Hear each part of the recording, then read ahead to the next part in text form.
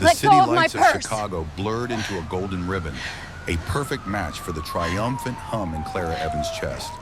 The promotion she had worked tirelessly for was finally hers, a hard-won victory that made the quiet hum of the taxi's tires Keep on moving. the wet pavement They're sound gaining like on a us. victory lap. She was I'm in trying. control, her life a well-ordered path leading exactly where she wanted it to go. The taxi driver glanced at her in the rearview mirror, his eyes briefly registering her smile, before turning back to the dark, rain-slicked road. The silence of the late hour felt peaceful. Then the world shattered. Without warning, the taxi's tires screeched as the vehicle was violently forced to the side of the road. Before Clara could even register the jolt, her door flew open with a deafening crack. A blur of black and tan fur exploded into the back seat. A large, powerful German shepherd whose eyes locked onto hers with a terrifying, intelligent focus. She didn't have time to scream. The dog lunged not at her, but at the leather purse resting on her lap. Its jaws clamped down with alarming strength, yanking the bag from her grasp. She instinctively held on, but the animal was relentless, its muscles taut with a singular, inexplicable purpose. The struggle was over in a second. The dog stood panting over her, the purse held firmly in its mouth. Just as suddenly, a man was at the open door. He wore a dark jacket, and his face was calm, his movements precise amidst the chaos. He knelt, his attention entirely on the dog. "Drop it, Zeus," he said, his voice low and steady. The dog obeyed instantly. The man took the purse, his eyes scanning it before looking at Clara for the first time. He was a detective. She could see it in his sharp, assessing gaze. "What is happening?" Clara stammered, her heart hammering against her ribs. "Your dog just—" The detective, Liam Kincaid, ignored her question. He looked from her face, back down to the purse, and then to his canine partner. In that moment, the fear of a random attack was replaced by a far deeper, colder dread, the fear of the unknown. "It's not just a purse, is it, boy?" Kincaid murmured, more to the dog than to anyone else. And Clara's well-ordered world finally, irrevocably, came to an end. The sterile, white-walled room at the station felt colder than the rainy Chicago night. A cup of lukewarm coffee sat untouched on the metal table in front of Clara Evans, a bitter courtesy in a situation that tasted only of dread. Her mind replayed the last hour in a fractured loop. The screech of tires, the explosion of glass, the dog, the purse, and the detective's cryptic words. Detective Kincaid had been polite but firm, escorting her here for her own safety, while his K9 partner, Zeus, had been led away with her purse still held gently in his mouth. Now Kincaid sat across from her, his expression a mask of professional calm that did little to soothe her frayed nerves. A younger officer, Miller, sat beside him, pen poised over a notebook. "I've already told you everything," Clara said, her voice sounding thin and reedy. "I work in marketing. I got a promotion. I was taking a taxi home. That's it. My life is normal." Kincaid leaned forward slightly, his gaze sharp and unwavering. "We're not interested in your normal life, Ms. Evans. We're interested in the interruption. I need you to think. Anything unusual in the last few days? Anyone bump into you? Hand you anything? Ask you to hold something for them?" "No, nothing," she insisted, frustration rising. "It's a purse I've had for 6 months. There is nothing unusual about it." "That's where you're wrong," Kincaid said, his voice dropping. "It's not about you, Clara. It's about the people who used you." The floor seemed to tilt beneath her feet. "Used me? For what?" He took a slow breath before delivering the words that would irrevocably shatter her world. "The K9 Zeus isn't trained to detect drugs or explosives. His primary training is in detecting specific, high-frequency electronic components. Your purse didn't contain anything illegal in the traditional sense. It contained a highly sophisticated, encrypted data storage device. You were, for lack of a better term, an unwitting courier."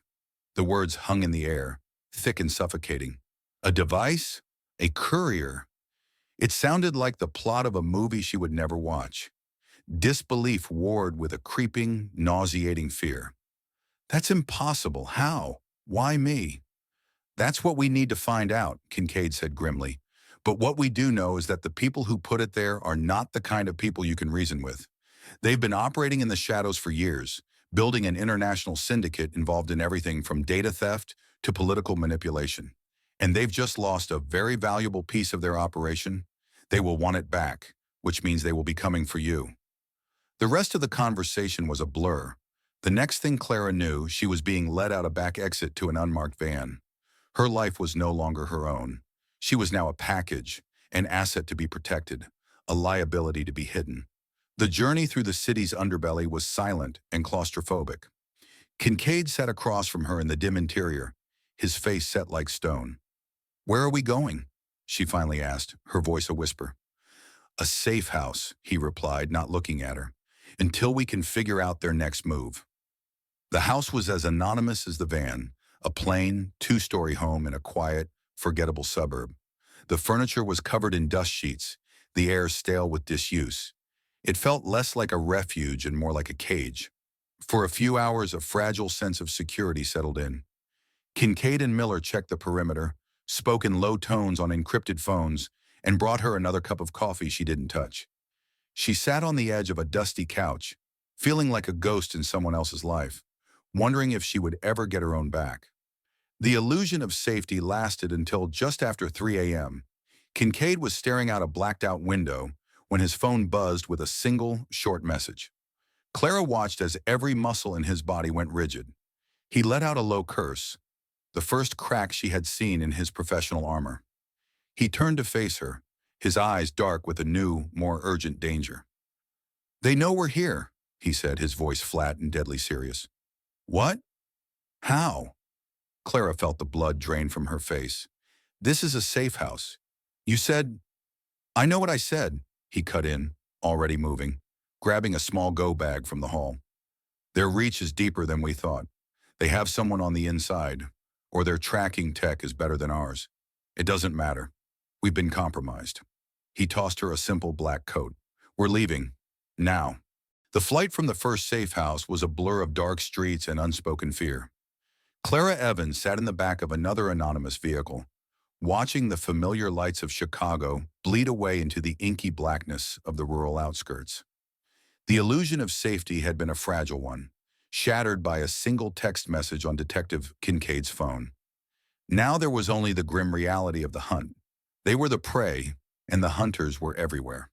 "How?" she finally asked, her voice cutting through the tense silence. "How did they find us so quickly?" From the front seat, Kincaid's eyes met hers in the rearview mirror. "They have resources, maybe someone on the inside, maybe tracking technology we don't know about. It doesn't matter. What matters is that they are relentless because what you were carrying is irreplaceable to them." Their final destination was a small, unassuming cabin tucked deep within a grove of trees, a place the world seemed to have forgotten. Inside, it was sparse and cold, smelling of pine and damp earth. Kincaid secured the door and windows, his movements economical and precise, before finally turning to face her. The professional mask was gone, replaced by a look of weary gravity. "You deserve to know everything," he said, his voice low. "We can't run forever. Sooner or later, we have to make a stand, and you need to know why." He sat across from her at a dusty wooden table. "The device in your purse, we were wrong. It isn't just a data drive. It's a key, a universal cryptographic key to their entire global network, their finances, their communications, their hidden servers, everything. It's the one thing that can burn their whole syndicate to the ground." Clara stared at him, the pieces finally, horrifically, clicking into place. It wasn't just that she had been a courier for something valuable. She had been carrying the very heart of the enemy. Possessing it didn't just make her a target, it made her the single greatest threat to their existence. There was no going back, no returning the purse and pretending this never happened. Her old life was gone forever. A strange calm settled over her, chilling the frantic fear in her veins and hardening it into something else. Resolve. She was no longer just a victim being shuttled from one hiding place to another. She was the woman holding the key. "So they won't stop," she stated, her voice steady for the first time. "Not until they have it back, or I'm dead." "That's right," Kincaid affirmed, his gaze searching hers, seeing the change. "Then we stop running," she said, the words feeling foreign but right. "What's the plan?" Before Kincaid could answer, a sound from outside cut through the night. The faint, distant crunch of tires on a gravel road, growing steadily closer. They exchanged a look of grim understanding. Zeus, the K9, who had been lying silently at their feet, rose with a low growl, the fur on his back bristling. Kincaid drew his weapon, his body a study in controlled readiness. "Looks like the plan just changed," he said, his eyes fixed on the door. "They're here." The time for running was over. The hunt had come to an end, and the battle was about to begin. The crunch of tires on gravel was the sound of the world ending. Two sets of headlights sliced through the cabin's windows, pinning Clara and Detective Kincaid in harsh, white light. Outside, car doors opened and closed with quiet, professional precision. They were surrounded. Zeus, the K9, stood rigid, a low growl vibrating deep in his chest. "Get down and stay away from the windows," Kincaid ordered, his voice a low, steady command that cut through Clara's rising panic. He moved with a fluid economy of motion, kicking a heavy oak table to barricade the front door and pulling Clara behind a thick, overturned sofa. "They'll try to enter, not just shoot. They need the device intact." The silence that followed was worse than any noise. It was a weighted, predatory stillness. Then the front doorknob rattled violently before a heavy thud shook the entire cabin frame. They were trying to breach it. From the back of the house, the sound of shattering glass echoed as another operative broke a kitchen window. They were being flanked. Kincaid returned fire with his sidearm, two quick, controlled shots toward the back of the house that sent the intruder scrambling for cover. But as he focused on that threat, a dark figure in tactical gear burst through the splintering front door. The man raised his weapon, leveling it directly at Kincaid's exposed position. Before he could fire, Zeus launched. He was not a dog anymore. He was a force of nature, a blur of black and tan fury. He slammed into the intruder's chest with the force of a battering ram, his jaws locking onto the man's weapon arm. The gun discharged into the ceiling as the man roared in pain, wrestling with the 75 pounds of pure, loyal muscle that was now attached to him. Seeing Kincaid pinned down and Zeus locked in a life-or-death struggle, the last vestiges of Clara's fear burned away, replaced by a white-hot, cold clarity. She was not a victim. She would not die here.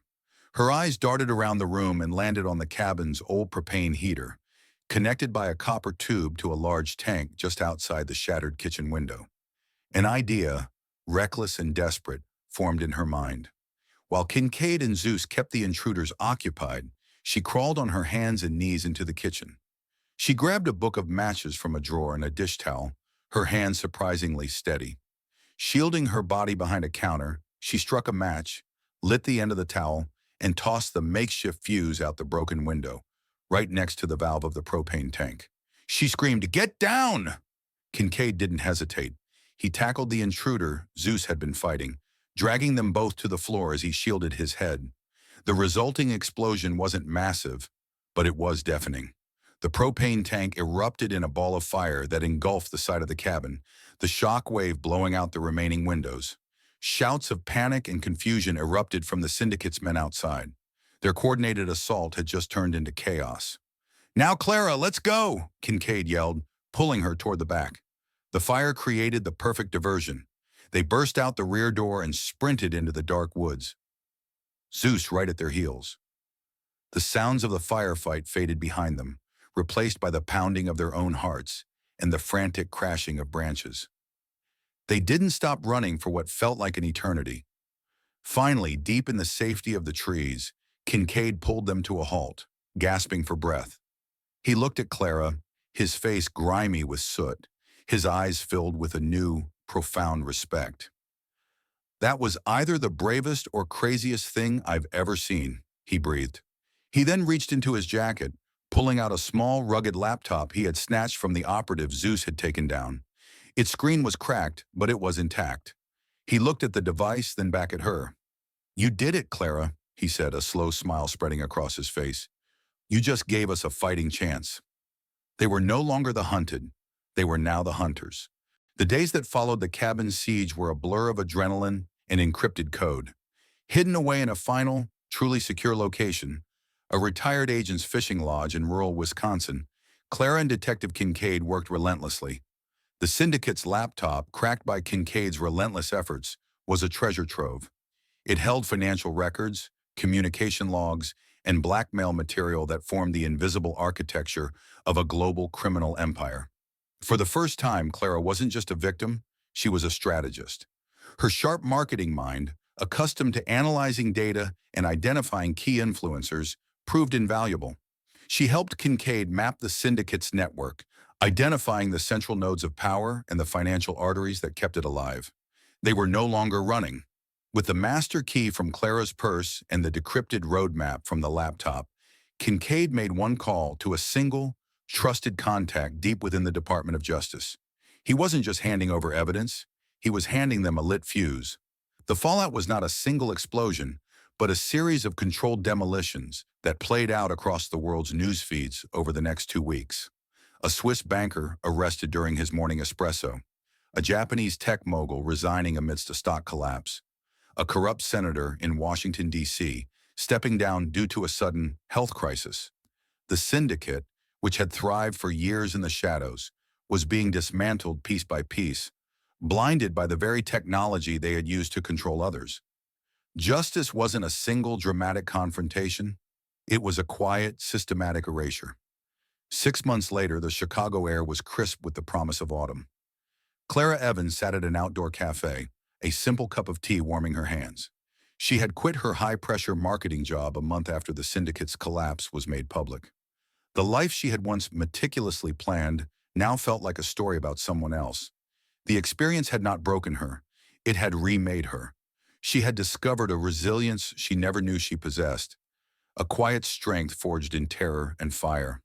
A familiar shadow fell over her table. She looked up and smiled. "Detective," she said warmly. Liam Kincaid sat down across from her, a relaxed ease about him she had never seen during their ordeal. "It's just Liam now," he said. At his feet, Zeus let out a soft sigh and rested his head on the pavement.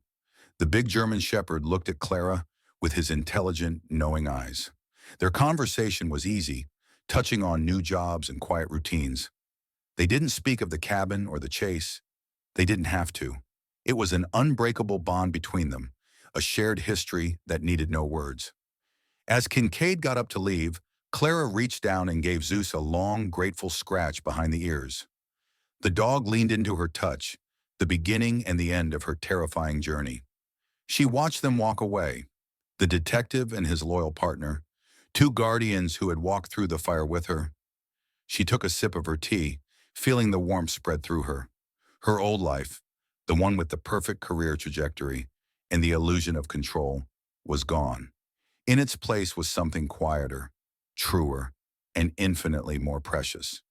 She didn't know exactly what her future held, but for the first time in her life, she felt truly, completely free, and she was ready to build it, one peaceful day at a time, on her own terms. Of course, based on the story's themes, here is a short, reflective piece of about 350 words on its important messages and their application to life, written to be deeply meaningful for a mature audience. The story of Clara Evans, a woman whose perfectly ordered life is shattered by a chance encounter, serves as more than just a thriller. It is a powerful meditation on the nature of control and the discovery of our own hidden strength. So many of us spend our lives building careful routines and striving for a sense of stability. Clara's journey is a poignant reminder that life, in its essence, is unpredictable. It teaches us that true strength is not found in preventing chaos, but in how we respond with grace and resilience when it arrives at our doorstep uninvited. The most inspiring lesson from her story is that we are all far more capable than we believe. Clara began as an ordinary person, a pawn in a game she didn't understand. Yet when tested by extreme adversity, she discovered within herself a reservoir of courage, cleverness, and resolve she never knew she possessed. Her transformation is a testament to the human spirit's remarkable ability to rise to the occasion. It encourages us to remember that our true character is often forged in the fire of life's greatest challenges, revealing a strength we can carry with us into any circumstance. Finally, her story gently asks us to consider what truly constitutes a good life. Clara loses the high-powered career and the illusion of control she once valued. But in the end, she gains something far more precious. A profound appreciation for peace, a trusted friendship born from shared struggle, and the quiet freedom to live on her own terms. It reminds us that sometimes letting go of the life we planned is the only way to find the life that is truly waiting for us. Ultimately, her story teaches us that being a survivor is not just about enduring a storm, but about learning to appreciate the quiet sunshine that follows.